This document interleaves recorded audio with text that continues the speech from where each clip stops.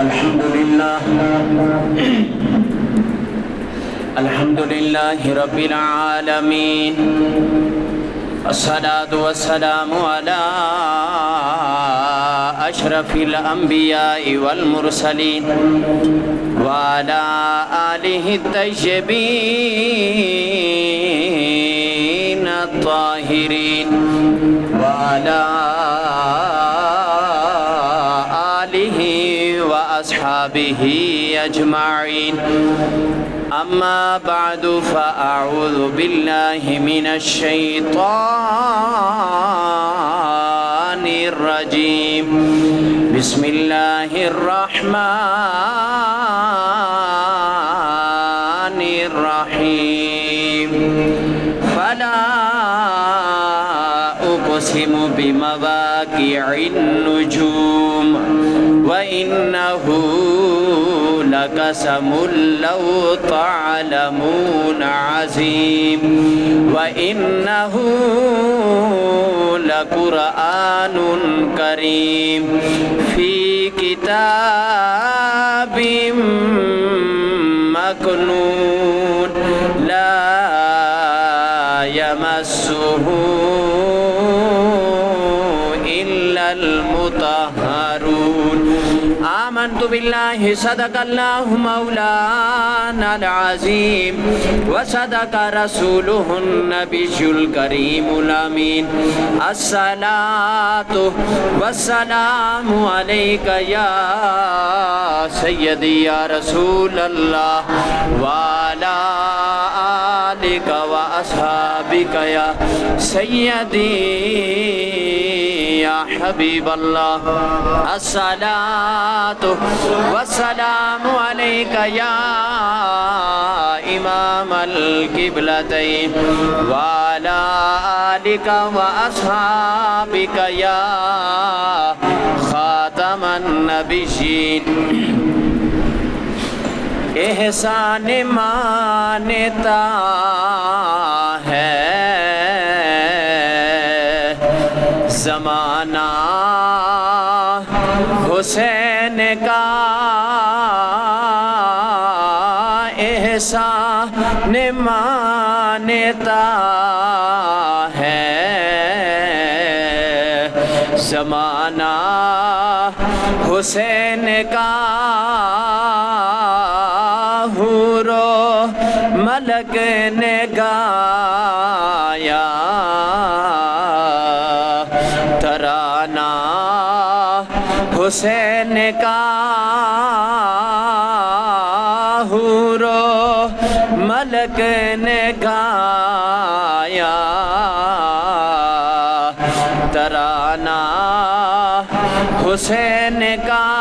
جس کے قصیدے آیا تطہیر نے پڑھے، جس کے قصیدے آیا تطہیر نے پڑھے. ایسا بنا یا رب نے گھرانہ حسین کا. ایسا بنا یا رب نے گھرانہ حسین کا. حور و ملک نے گایا ترانہ حسین کا. اور چیخا ہے جس کی ضرب سے ہر دور کا یزید. چیخا ہے جس کی ضرب سے ہر دور کا یزید. ایسا بنایا رب نے نشانہ حسین کا. ایسا بنا یا رب نے نشانہ حسین کا حور و ملک نے گایا ترانہ حسین کا اب بھی سخی کے ہاتھ کی دو میں ہے 400 اب بھی سخی کے ہاتھ کی دو میں ہے 400 صدیوں سے بٹے رہا ہے خزانہ حسین کا صدیوں سے بٹے رہا ہے خزانہ حسین کا حور و ملک نے گایا ترانہ حسین کا اور سنی ہوں اس لیے ہوں شبیر پر فدا سنی ہوں اس لیے ہوں شبیر پر فدا پایا ہے عشق میں نے یگانہ حسین کا پایا ہے عشق میں نے یگانہ حسین کا اور حب حسین سے ملے جنت میں داخلہ حب حسین سے ملے جنت میں داخلہ دیتا ہے چونکہ جنت نانا حسین کا دیتا ہے چونکہ جنت نانا حسین کا احسان مانتا ہے زمانہ حسین کا حور و ملک نے گایا ترانہ حسین کا بعد از حمد و صلاۃ قابل صد تعظیم و تکریم کے لائق جمیع حضرات السلام علیکم ورحمۃ اللہ تعالی وبرکاتہ۔ محرم الحرام کے یہ بابرکت ایام اپنی منزل کی طرف رواں دواں ہیں اور یہ ہمیں ان عظیم المرتبت ہستیوں کی یاد دلاتے ہیں کہ جنہوں نے دین اسلام کی بقا کے لیے اپنی جانوں کا نذرانہ پیش کیا اور بلا خوف و خطر راہ عظیمت کو اختیار کرتے ہوئے اسلام قرآن کی عزت و عظمت کے لیے اپنی جان رب کی بارگاہ میں پیش کر دی اور جن کی محبت ہمارے ایمان کا حصہ ہے اور جن کی محبت اور مودت کے بارے میں اللہ کے نبی نے فرمایا، حضرت عبداللہ ابن عباس رضی اللہ تعالی عنہ اس روایت کے راوی ہیں اور امام ترمذی نے ترمذی شریف کے اندر اس روایت کو نقل کیا کہ اللہ کے محبوب نے فرمایا عن عبداللہ ابن عباس قال قال رسول اللہ صلی اللہ تعالی علیہ وسلم احب اللہ لما یغزوکم من نعمہ. اللہ کے محبوب نے فرمایا دنیا والو اللہ سے محبت کرو اس لیے کہ بے شمار نعمتیں کائنات کے رب نے تمہیں عطا فرمائی ہیں. اور فرمایا وَأَحِبُّنِي بِحُبِّ اللَّهِ. فرمایا پھر اس کے بعد مجھ سے محبت کرو اللہ کی محبت کی وجہ سے. کہو سبحان اللہ. فرمایا رب سے محبت کرو کہ بہت ساری بے شمار ان کی نعمتیں کائنات کے رب نے تمہیں عطا فرمائی ہیں. اور پھر مجھ سے محبت کرو رب کی محبت کی وجہ سے. قل ان کنتم تحبون اللہ فاتبعونی یحببکم اللہ. اور رب قرآن میں اعلان کرتا ہے اگر اللہ سے محبت کرنا چاہتے ہو تو پھر مجھ سے محبت کرو. جب مجھ سے محبت کرنے لگ جاؤ گے مجھ سے محبت کرو گے تو رب تمہیں اپنا محبوب بنا لے گا. سمجھ آئی بات؟ فرمایا مجھ سے محبت کرو رب کی محبت کی وجہ سے. اور آگے فرمایا وَأَحِبُّ أَهْلُ بَيْتِي لِحُبِّي. توجہ کرنا. اور میری اہل بیت سے محبت کرو تاکہ تمہیں میری محبت مل سکے. بات سمجھ میں آئی ہے تو کہو سبحان اللہ. سمجھ آئی ہے بات؟ بھائی رب سے محبت کرو نعمتیں رب نے عطا کی ہیں. مجھ سے محبت کرو رب کی محبت کی وجہ سے. اور میری آل سے محبت کرو تاکہ تمہیں میری محبت حاصل ہو.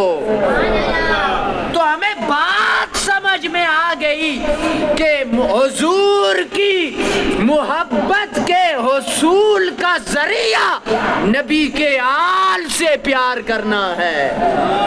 بھائی نبی کی محبت کے حصول کا ذریعہ نبی کی آل سے محبت رکھنا ہے. جو کہے میں عاشق رسول ہوں اور نبی کی آل کا احترام نہ کرے سمجھ لو جھوٹ کہتا ہے. جو کہے مجھے عشق مصطفیٰ حاصل ہے نبی کی آل کا بے ادب ہو سمجھ لو جھوٹ کہتا ہے.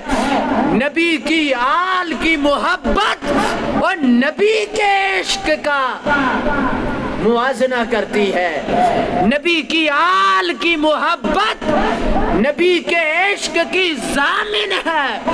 جو نبی کی آل کے ترانے گاتا ہے نبی کی آل سے محبت رکھتا ہے عقیدت رکھتا ہے سمجھ لو اسے عشق مصطفیٰ نصیب ہوا ہے. اور امام شافعی رحمت اللہ تعالی علیہ فرماتے ہیں توجہ کرنا یا آل بیتی رسول اللہ صلی اللہ علیہ وسلم حبکم. توجہ کرنا فرد من اللہ فی القرآن انزلہ. امام شافعی رحمت اللہ تعالی علیہ فرماتے ہیں کہ اے اہل بیت رسول تمہاری محبت اللہ تعالی نے قرآن میں فرض کر دی ہے. حبکم فرد من اللہ فی القرآن. اے اہل بیت تمہاری محبت رب نے قرآن میں فرض کر دی ہے اور اس کا حکم قرآن میں نازل ہوا ہے. آگے فرمایا کہ یکفیکم من عظیم الفضل الفخر انکم من لم یصلی علیکم لا صلاۃ لہ. فرمایا کہ اے اہل بیت رسول، تمہاری محبت اور تمہاری عظمت کی بلندی کے لیے اتنی دلیل ہی کافی ہے کہ جو تم پر نماز میں درود نہ پڑھے اس کی نماز نہیں ہوتی. کہو سبحان اللہ. سمجھ آئی بات؟ فرمایا جو نماز تم پڑھتے ہو، سب سے بلند عبادت تم کرتے ہو، اور جس عبادت میں اپنی جبین نیاز کو تم رب کے حضور جھکاتے ہو، وہ اس نماز میں جب تک تم اور نبی کی آل پہ درود و سلام نہ پڑھو اس وقت تک تمہاری یہ عبادت رب قبول نہیں کرتا. تمہاری نماز نامکمل ہے، قبول نہیں ہوتی جب تک نبی کی آل پہ درود نہ پڑھا جائے. تمہاری عظمت، تمہاری بزرگی، تمہاری عزت کے لیے یہی کافی ہے کہ وہ نماز رب کی بارگاہ میں قبول نہیں کہ جس نماز میں نبی کی آل پہ درود نہ پڑھا جائے. اسی لیے کسی نے کہا کہ رسول نانا بابا علی اجے بھی پوچھے نے حسین کی. بلند آواز سے کہو سبحان اللہ. رسول نانا بابا علی اجے بھی پوچھے نے حسین کی. حسین دی ماں نبی دیتی اجے بھی پوچھے نے حسین کی. حسین دی ماں نبی دیتی اجے بھی پوچھے نے حسین کی. حسین کو دے نبی پلیا تیسرا امام جلیا. حسین پنج دن دا پنج وجیے اجے بھی پوچھے نے حسین کی. حسین پنج تن دا پنج وجیے اجے بھی پوچھے نے حسین کی. رسول نانا بابا علی اجے بھی پوچھے نے حسین کی. اللہ اکبر کبیرہ. یہ نبی کی آل ہے. امام علی مقام امام حسین رضی اللہ تعالیٰ عنہ، آپ کا یہ مقام اور مرتبہ. حضرات جی وقار اللہ اکبر کبیرہ. اور جو آیات بینات میں نے آپ حضرات کے سامنے تلاوت کرنے کا شرف حاصل کیا، اور میں نے یہ ایک دعویٰ کیا حضور کی محبت کے اصول کا ذریعہ محبت اہل بیت ہے. آپ اس کو توجہ کے ساتھ سماعت فرمائیں. میں قرآن کی آیات پڑھوں گا اور اس سے یہ نتیجہ اخذ کروں گا. آپ توجہ کے ساتھ سماعت فرمائیں. رب نے قرآن میں فرمایا فلا اقسم بمواقع النجوم. سورہ واقعہ ہے اور اس کی تفسیر حضرت عبداللہ ابن عباس رضی اللہ تعالیٰ عنہ آپ نے اس کا ایک معنی بیان فرمایا. حضرت اکرمہ، حضرت مجاہد، عبداللہ ابن جبیر، یہ سارے اس کا معنی کیا کرتے ہیں؟ فرمایا کہ اس آیے مبارکہ کا ترجمہ یہ ہے فلا اقسم بمواقع النجوم. اب توجہ کرنا. فرمایا یہاں رب نے ان جگہوں کی قسم کھائی ہے. توجہ کرنا کہ جہاں جہاں قرآن مجید کے مختلف حصے امام الانبیاء پہ نازل ہوئے ہیں. یعنی فلا اقسم بمواقع النجوم، ان جگہوں کی قسم رب نے کہی ہے کہ جہاں جن جگہوں پر رب کا قرآن نازل ہوا. پھر فرمایا کہ وَإِنَّهُ لَقَسَمٌ لَوْ تَعْلَمُونَ عَظِيمٌ، فرمایا اگر تم سمجھو تو بے شک یہ بہت بڑی قسم ہے. فلا اقسم بمواقع النجوم، جو قسم رب نے جن جگہوں کی کھائی کہ جن جگہوں پر رب کا قرآن اترا، تو فرمایا کہ وَإِنَّهُ لَقَسَمٌ لَوْ تَعْلَمُونَ عَظِيمٌ، اگر تم سمجھو تو یہ بہت بڑی اور عظیم قسم ہے. اللہ اکبر. انہ لقرآن کریم فی کتاب مکنون، فرمایا کہ یہ قرآن جو ہے یہ عظمت والا ہے، یہ بزرگی والا ہے، اور رب کی نورانیت میں یہ لوح محفوظ کے اندر محفوظ ہے. لا یمسہ الا المطہرون، اور اس کو پاک لوگوں کے سوا کوئی نہیں چھوئے گا.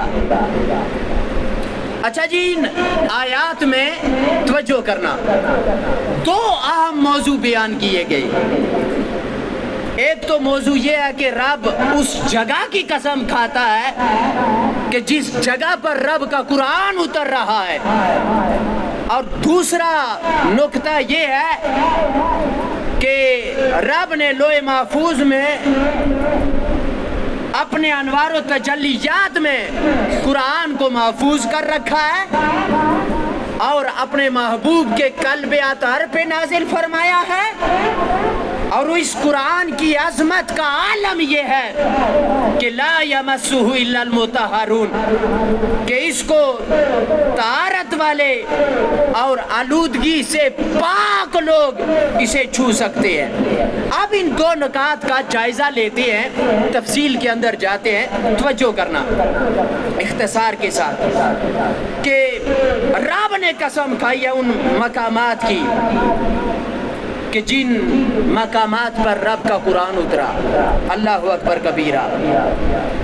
اور جہاں جہاں قرآن اترتا ہے اور وہ ہستیاں کے جو قرآن سے کبھی جدا نہ ہوئی، توجہ کرنا، یعنی ان جگہوں کی بھی رب نے قسم کھائی. تو جو ہستیاں کبھی قرآن سے جدا نہ ہوئی، مثال کے طور پر حضرت عثمان غنی رضی اللہ تعالیٰ عنہ شہید ہوتے ہیں تو قرآن کی تلاوت کر رہے ہیں، جن کا اوڑھنا بچھونا رب کا قرآن بن گیا. اللہ اکبر کبیرہ. اور پھر جن ہستیوں کی وجہ سے رب کا قرآن اتر رہا ہے، تو گویا پھر بات سمجھ میں آ گئی، رب ان کی بھی پھر قسم کھا رہا ہے. یعنی ان کی بھی پھر رب قسم کا. میں مثال پیش کرتا ہوں. یعنی کائنات کے رب نے قرآن میں فرمایا وَيُطْعِمُونَ الطَّعَامَ عَلَى حُبِّهِ مِسْكِينًا وَيَتِيمًا وَأَسِيرًا. اللہ اکبر. کائنات کے رب نے فرمایا کہ کھانا اللہ کی محبت میں محتاج کو، یتیم کو، قیدی کو کھلا دیتے ہیں. ابھی سائے مبارکہ کا شان نزول کیا. میرے آقا علیہ الصلوۃ والسلام کے بیٹے امام علی مقام امام حسین رضی اللہ تعالیٰ عنہ، امام حسن مجتبی رضی اللہ تعالیٰ عنہ، آپ بیمار ہو گئے. جناب سیدنا علی المرتضی کرم اللہ تعالیٰ وجہ الکریم، آپ نے بھی منت مانی. جناب سیدہ خاتون جنت سلام اللہ تعالی علیہا، آپ نے بھی منت مانی. جناب سیدہ فضا سلام اللہ علیہا، آپ نے بھی منت مانی. فرمایا ہم 3 روزے رکھیں گے جب ہمارے بیٹے صحت یاب ہو جائے گے. صحت یاب ہو گئے جناب حسنین کریمین. اب انہوں نے منت مانی تھی. روزہ رکھ دیا گیا. شام افطاری کا وقت آیا. سامان روزہ افطار کرنے کے لیے رکھ دیا گیا. کھانا پکا دیا گیا. کھانا لگ گیا. ہاں دروازے پہ دستک ہوئی. دروازہ کھٹکھٹایا. فرمایا کون؟ فرمایا مسکین ہوں, بھوکا ہوں, رب کے لیے مجھے کھانے کی حاجت ہے, کھانا دیا جائے. المختصر کھانا دے دیا گیا. دوسرے روز اسی طرح روزہ افطار کا وقت آیا. سامان رکھا گیا. فرمایا یتیم آ گیا. تینوں نے یتیم کو کھانا دے دیا اور خود پانی کے ساتھ روزہ افطار کیا. تیسرا دن آ گیا. پھر افطار کے وقت قیدی آ گیا. آپ نے پھر اس قیدی کو, تینوں حضرات نے قیدی کو اپنا اپنا کھانا دے دیا. خود پانی کے ساتھ روزے کو افطار کر دیا گیا. اللہ کے محبوب کے پاس جناب سیدنا علی المرتضیٰ کرم اللہ تعالی وجہہ الکریم حاضر ہوئے. میرے آقا علیہ الصلوۃ والسلام پہ یہ آیہ مبارکہ نازل ہوئی. فرمایا وَيُطْعِمُونَ الطَّعَامَ عَلَىٰ حُبِّهِ مِسْكِينًا وَيَتِيمًا وَأَسِيرًا.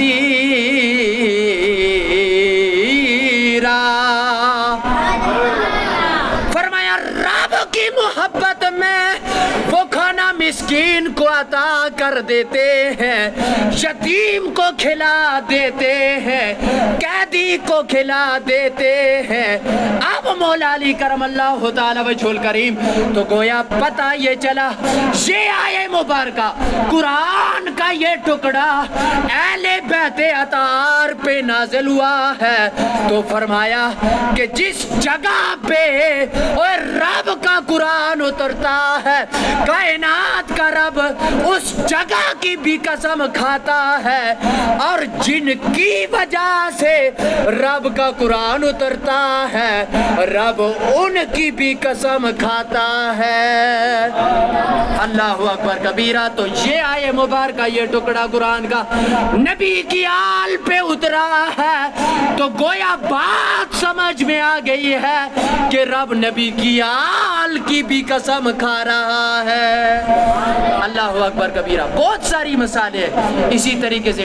وہ آیت مبالہ آپ دیکھیں, فَقُلْ تَعَالَوْا نَدْعُوا أَبْنَاءَنَا وَأَبْنَاءَكُمْ وَنِسَاءَنَا وَنِسَاءَكُمْ وَأَنفُسَنَا وَأَنفُسَكُمْ ثُمَّ نَبْتَهِلْ فَنَجْعَلْ لَعْنَةَ اللَّهِ عَلَى الْكَاذِبِينَ. وہ نبی کی آل پہ یہ آیہ مبارکہ اتری ہے. وہ نبی کی آل کا یہ بہترین گھرانہ جب گئے تو فرمایا وہ عیسائی سارے کے سارے بھاگ گئے تھے جب مبالہ ہوا تھا ابواب ذیوہ کا اختصار کے ساتھ. اور پھر یہ آیت تطہیر کہ انما یرید اللہ لیذہب عنکم الرجس اہل البیت ویطہرکم تطہیرا. یہ آپ تمامی حضرات کو علم ہے, میں نے آپ حضرات کو بارہا مرتبہ سنائی ہے, لیکن یہاں پر آپ ایک اور نقطہ دیکھیں. آپ یہ توجہ کریں کہ نبی علیہ السلام نے, محققین لکھتے ہیں کہ چادر اوڑھی. توجہ کرنا, میں آخری بات کرنے جا رہا ہوں لیکن آپ نے توجہ کے ساتھ سننی ہے. چادر اوڑھی اور سیدہ خاتون جنت سلام اللہ علیہا آپ کو اپنے آگے بٹھایا, امام حسن مجتبیٰ کو دائیں اور پھر امام حسین رضی اللہ تعالیٰ عنہ آپ کو بائیں, اور مولا علی کرم اللہ تعالیٰ وجہہ الکریم کو آپ نے پیچھے بٹھایا. کہو سبحان اللہ. اور پھر چادر اوپر چادر اوڑھی, دائیں اور بائیں حسنین کریمین, آگے خاتون جنت, پیچھے علی المرتضیٰ کرم اللہ تعالیٰ وجہہ الکریم. اور پھر یہ آیہ مبارکہ نازل ہوئی, انما یرید اللہ لیذہب عنکم الرجس اہل البیت ویطہرکم تطہیرا. کہو سبحان اللہ. یہ یہ پنج تن کا گھرانہ ہے، یہ نبی کی آل ہے۔ اور جو بات میں عرض کیے دیتا ہوں وہ یہ کہ رب کا قرآن کہتا ہے کہ بھائی شیطان سے بچو، کیونکہ وہ اوپر سے بھی حملہ کرتا ہے، توجہ کرنا، دائیں سے بھی حملہ کرتا ہے، بائیں سے بھی حملہ کرتا ہے، آگے سے بھی حملہ کرتا ہے، پیچھے سے بھی حملہ کرتا ہے۔ فرمایا دنیا والوں، اگر شیطان سے اوپر سے بھی، دائیں سے بھی، بائیں سے بھی، آگے سے بھی، پیچھے سے بھی بچنا چاہتے ہو تو پھر نبی کی آل کا پنج تن پاک کے دامن کو تھام لو۔ امام الانبیاء نے فرمایا اوپر کملی ہے کالی، شیطان کی شیطانیت سے اوپر سے میں بچ گیا ہوں، آگے خاتون جنت، پیچھے علی المرتضیٰ، دائیں حسن مجتبیٰ، بائیں حسین رضی اللہ تعالیٰ عنہ۔ فرمایا قیامت تک آنے والے امتیوں کو درس دے دیا، ایمان کو بچانا چاہتے ہو، عقیدے کو بچانا چاہتے ہو اور پھر جنت حاصل کرنا چاہتے ہو تو نبی کی آل کے دامن کو تھام لو۔ جب نبی کی آل کے دامن کو تھام لو گے تو پھر شیطان کی شیطانیت سے بچ جاؤ گے، اور جب شیطان تمہارے قریب نہیں آئے گا تو پھر نبی کی آل کا دامن تھام کے تمہیں جنت حاصل ہوگی۔ اللہ ہم سب کو نبی کی آل کے ساتھ عقیدت و محبت رکھنے کی توفیق عطا فرمائے۔